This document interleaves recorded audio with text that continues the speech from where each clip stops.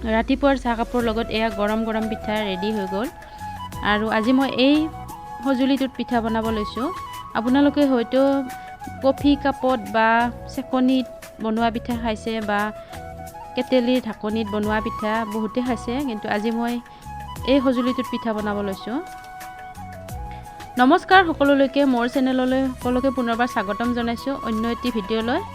আৰু এই পিঠাখিনি বনাবৰ কাৰণে মই অকণমান নাৰিকল ৰুকি লৈছিলোঁ, অকণমান চেনি দিছোঁ আৰু অকণমান নিমখ। সাধাৰণতে আমি অন্য পিঠা যেনেদৰে বনাওঁ আৰু এই পিঠাবিধো সেনেদৰে বনোৱা যায়।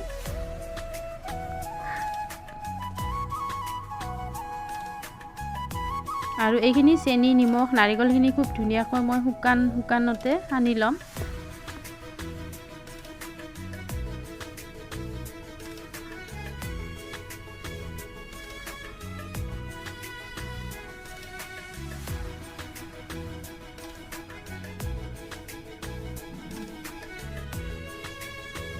আৰু এইখিনি শুকানকৈ সানি অকণমান সময় সানি লোৱাৰ পিছত ইয়াত অলপ অলপকৈ পানী দি থাকিম, কাৰণ একেবাৰে পানী ঢালি দিলে এইখিনি পনীয়া হৈ যাব আৰু চালনীৰ দৰকাৰ হ'ব। গতিকে এইখিনি মই চালনী ব্যৱহাৰ নকৰাকৈয়ে শুকানকৈ সানি ল'ম। আৰু এইখিনি মই ধুনীয়াকৈ সানি ল'লোঁ।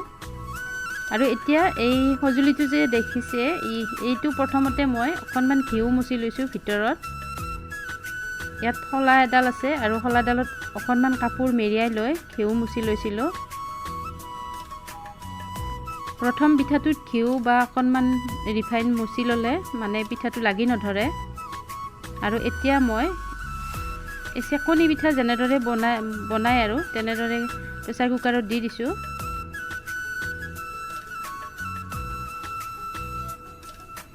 আৰু বেছি সময়ো নালাগে আৰু বনাবলৈও ভাল আৰু খায়ো খুব সোৱাদ লগা হয়। আৰু এই সঁজুলিটোত চুঙা পিঠাও বনাব পাৰি, কিন্তু চুঙা পিঠা বনালে পিঠাগুড়িখিনি অকণমান পনীয়াকৈ গুলি ল'ব লাগে আৰু বেছি পনীয়াও কৰিব নালাগে।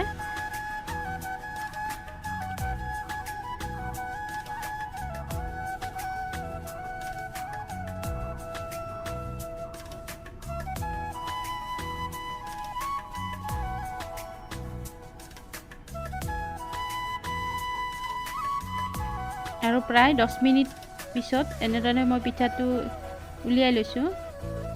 আৰু পিঠাটো উলিয়াবলৈ খুব সহজ। এয়া যে শলাডাল দেখিছে, শলাডালেৰে তলফালে এনেদৰে হেঁচি দিলে পিঠাটো ধুনীয়াকৈ এৰা খাই ওলাই যায়।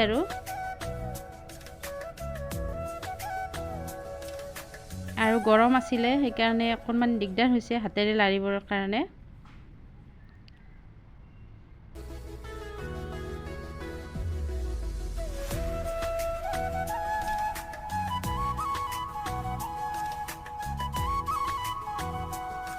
ঘিউ মচি লৈছিলোঁ যে, আৰু সেই কাপোৰখনেৰে মই উলিয়াইছোঁ। আৰু দেখিছে নহয় পিঠাটো ইমান ধুনীয়া হৈছে। আৰু এনেদৰে আলহী আহিলেও কেতিয়াবা এনেদৰে প্লেটত সজাই দিব পাৰি, কাটি দিব লাগে।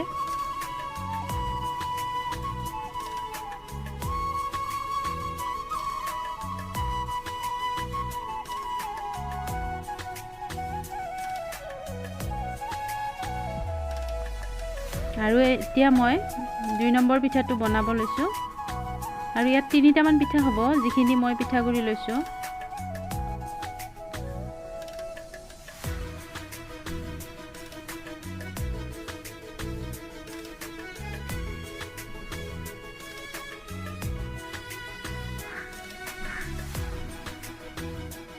এয়া মোৰ 2টা পিঠা ৰেডি হ'ল।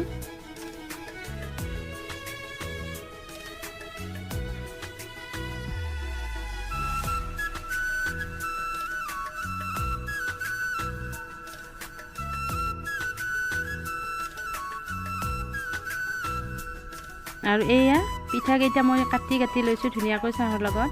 আৰু কেনেকুৱা পালে ভিডিঅ'টো চাই প্লিজ কমেণ্ট কৰি জনাবলৈ নাপাহৰিব দেই। Bye bye.